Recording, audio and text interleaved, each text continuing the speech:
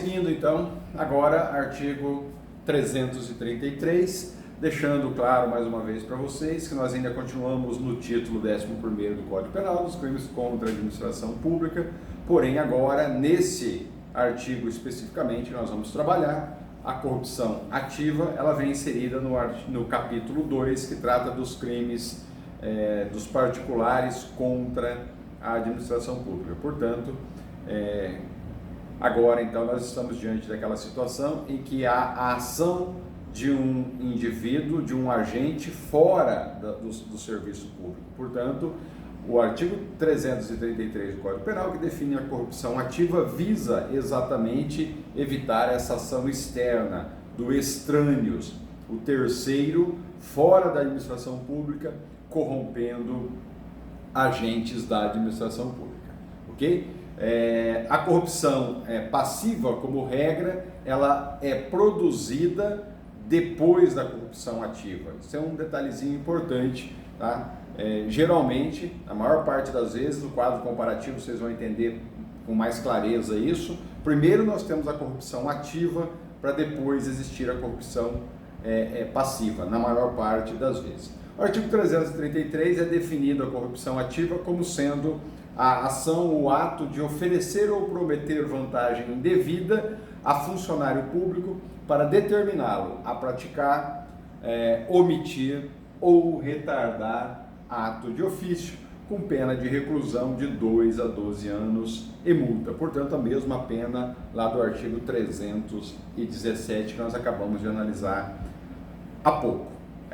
A conduta oferecer nada mais é do que colocar à disposição do servidor público uma vantagem indevida. Logo, o oferecer é classificado como crime formal e para a sua consumação basta a oferta, independentemente se o funcionário público vai aceitá-la ou não. Assim como também não interessa para a consumação do crime se o terceiro vai ou não efetuar o pagamento daquilo que ele ofereceu, ou seja, a famosa propina aí existente, ok? A segunda conduta, inserida no 333, o legislador menciona lá o ato do terceiro prometer ao funcionário público. Portanto, é garantir ao funcionário público uma vantagem futura. Por exemplo, oferecer dinheiro para que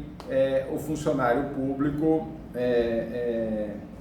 futuramente curse a faculdade, pague a faculdade para o filho e etc. Portanto, é sempre a promessa de uma vantagem futura.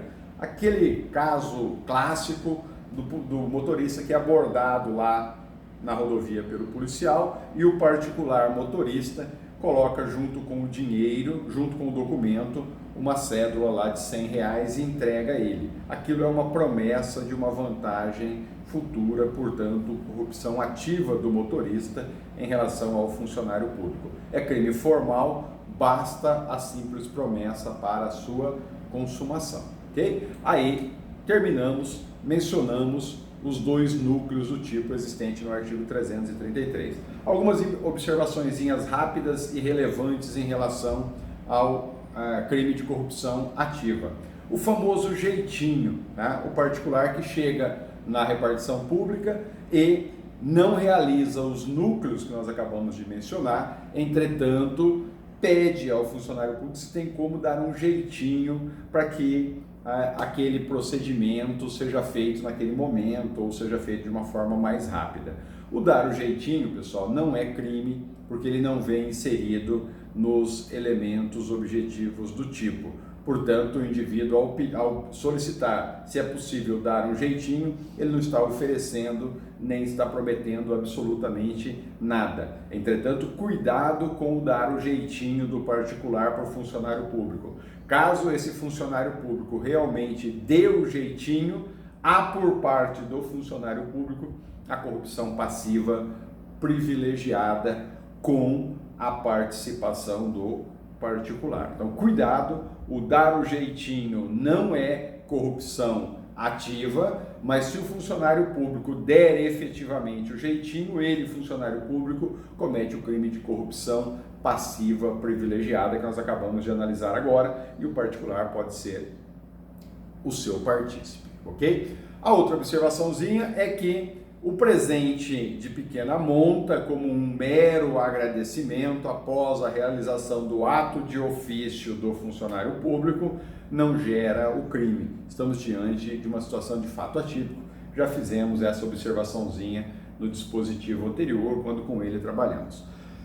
A finalidade aí do artigo 333 ou a finalidade do sujeito ativo ao realizar as condutas do 333 é a oferta ou a promessa de vantagem indevida para determinar o funcionário público a praticar, a omitir ou retardar o ato de ofício. Tá? Portanto, nós já discutimos isso também no dispositivo anterior, por isso que isso é mais rápido. A oferta ou a promessa da vantagem indevida realizada pelo particular ao funcionário público é para que ele, funcionário público, determine, para determinar o funcionário público a praticar, ou seja, executar o ato de ofício, a omitir, a não fazer o ato de ofício ou a retardá-lo, portanto, praticá-lo de forma lenta, atrasado ou não praticá-lo em tempo hábil. Tá? Então, mencionei para vocês também um exemplozinho, oferecer dinheiro para fazer com que o funcionário público desapareça com algumas provas consideradas relevantes.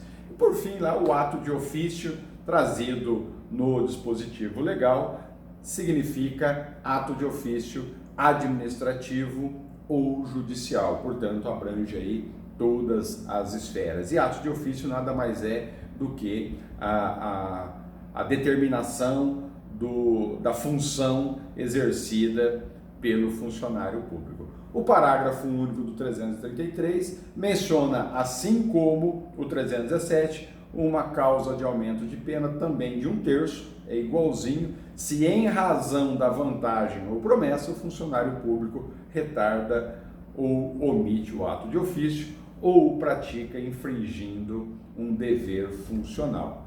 Os dispositivos aí de aumento de pena, tanto na corrupção ativa como na corrupção passiva, são idênticos. O quadro comparativo que eu falei para vocês que nós íamos apresentar aqui e discutir, para vocês terem uma noção da diferença entre a corrupção ativa e a corrupção passiva, aí está. E um dos trabalhinhos que eu vou passar para vocês ainda nesses próximos vídeos é exatamente para que vocês façam esse quadro comparativo. Porque nesses crimes do título 11º do Código Penal, é muito importante para que vocês não os confundam, estudá-los fazendo comparação um com o outro. Isso é de extrema relevância, porque os verbos, as ações nucleares é que distingue, ou a finalidade de cada um é que distingue um do outro. Então, sem esse quadro comparativo, vocês correm um sério risco de, no momento aí de uma prova, de um concurso, até do exame da ordem, vocês se confundirem em relação à tipificação legal da descrição do fato que vem inserido lá na provinha. Tá? Então veja, eu mencionei há pouco que na maior parte das vezes é preciso primeiro nós termos a corrupção ativa para depois a corrupção passiva. Veja a comparação. Na corrupção ativa, o particular precisa oferecer ao funcionário público e o funcionário público só vai cometer o crime do 317 se ele receber. Portanto, a oferta está diretamente vinculada ao recebimento por parte do funcionário público. Da mesma forma, a promessa. O particular precisa prometer para o funcionário público aceitar esta promessa. Então veja, o particular vai lá e diz, se você fizer tal coisa, o beneficiando, é óbvio, eu posso pagar a partir do ano que vem a faculdade de medicina do seu filho. Portanto, é uma promessa de uma vantagem indevida futura. E só haverá o crime de corrupção passiva se o funcionário público aceitá-la. Então veja, Na corrupção ativa, o particular oferece. Se o funcionário público não aceita e dá voz de prisão ao particular, o particular comete o crime de corrupção ativa e o funcionário público não cometeu crime algum. Tá? Se o particular oferece ao funcionário público e o funcionário público recebe, aí nós temos corrupção ativa e corrupção passiva consumada, ainda que o funcionário público não efetivamente recebeu o objeto. E na promessa é a mesma situação, tá? Se o particular promete e o funcionário público dá-lhe voz de prisão, nós só temos corrupção ativa. Mas se ele acaba anuindo a essa promessa, aí nós temos corrupção ativa e corrupção passiva. Perceberam como que na maior parte das vezes é preciso primeiro a corrupção ativa para só depois termos a corrupção passiva. Já não acontece isso no solicitar. Agora, na modalidade solicitar, é o funcionário público que toma a iniciativa. É o funcionário público que solicita ao particular uma vantagem indevida e, nesta situação, cuidado, anotaçãozinha importante aí para vocês. O legislador não inseriu o núcleo do tipo na corrupção ativa correspondente ao núcleo do tipo solicitar na corrupção passiva. Logo, se o funcionário público solicita ao particular e o particular cede à solicitação do funcionário público, o particular não comete crime algum. Agora, na modalidade solicitar, só o funcionário público pratica. Veja, o legislador, no 333, para corresponder ao núcleo do tipo solicitar, deveria ter inserido lá no 333 um verbo compatível. Então, por exemplo, o funcionário público solicita ao particular e o particular entrega, ou o particular aceita a solicitação. Tá? O particular dá aquilo que lhe foi solicitado. Aí nós teríamos corrupção ativa também. Como o legislador não mencionou essa hipótese, só comete crime o funcionário público quando ele solicita, o particular não. Ainda que o particular tenha entregado a coisa solicitada, ele não comete o crime de corrupção ativa por falta do elemento objetivo do tipo, ou seja, a ação nuclear. Então veja, coloquei um exemplozinho para vocês. Tá? A pessoa é parada numa blitz, uma blitz realizada pela polícia, ou numa blitz realizada por agentes do Detran, enfim, ou numa blitz realizada por agentes da saúde pública, qualquer setor público realizando a blitz. Vamos colocar no nosso exemplo aqui a hipótese de uma pessoa ser parada numa blitz realizada lá por agentes do Detran ou agentes da polícia, tá? E constata que esse condutor do veículo parado na blitz está embriagado. Qual é o dever de ofício daquele funcionário? É de autuá-lo, tá? Apreensão do veículo, autuação em flagrante, se for o caso, ou autuação administrativa, dependendo do índice de álcool no organismo daquele indivíduo naquele momento, tá? Aí o particular, nessa situação, ao ser abordado conduzindo o veículo embriagado numa blitz realizada por agentes do Detran ou agentes policiais, o particular, o corruptor, vai lá e oferece propina, oferece uma vantagem indevida para o funcionário público para ser liberado do auto de prisão em flagrante ou liberado somente da multa ou de ambas as situações. E o funcionário público recebe essa propina. Veja, nesta situação, nós estamos diante de corrupção ativa e corrupção passiva ao mesmo tempo, ok? Agora, se o funcionário público deixar de praticar o ato de ofício, ou seja, se o funcionário público, em decorrência desta propina, não autuá-lo administrativamente ou não der-lhe voz de prisão e conduzi-lo para ser preso em flagrante, agora o funcionário público vai responder pela corrupção passiva, assim como o particular pela corrupção ativa, e sobre a condenação de ambos vai incidir um aumento de pena de 1/3, tá? Tanto para o funcionário público como para o particular. Nós já analisamos isso nos parágrafos, tá? Causas de aumento de pena. Aumentam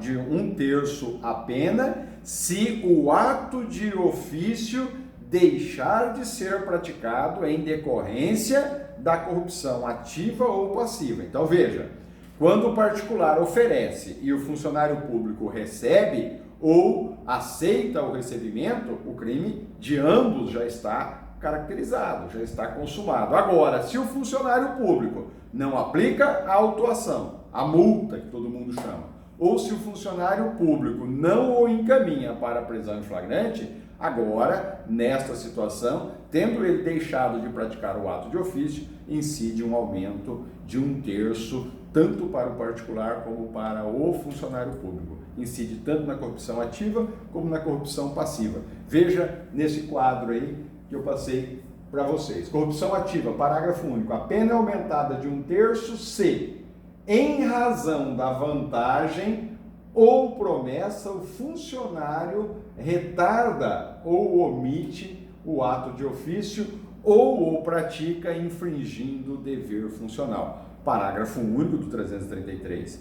Corrupção ativa. Parágrafo 1º do 317, corrupção passiva. A pena é aumentada de 1/3 se, em consequência da vantagem ou promessa, o funcionário retarda ou deixa de praticar qualquer ato de ofício ou o pratica infringindo o dever funcional. No exemplo que nós mencionamos, o funcionário deixou de praticar, portanto, ambos incidem na pena aí mencionada com aumento de 1/3. Ok? Em relação ao 317 e 333, era isso. Façam as comparações, busque complemento dessa nossa aulinha improvisada na doutrina, analisem decisões jurisprudenciais. Qualquer dúvida, vocês encaminham aí pelo sistema, ok? Um abraço a todos e até mais.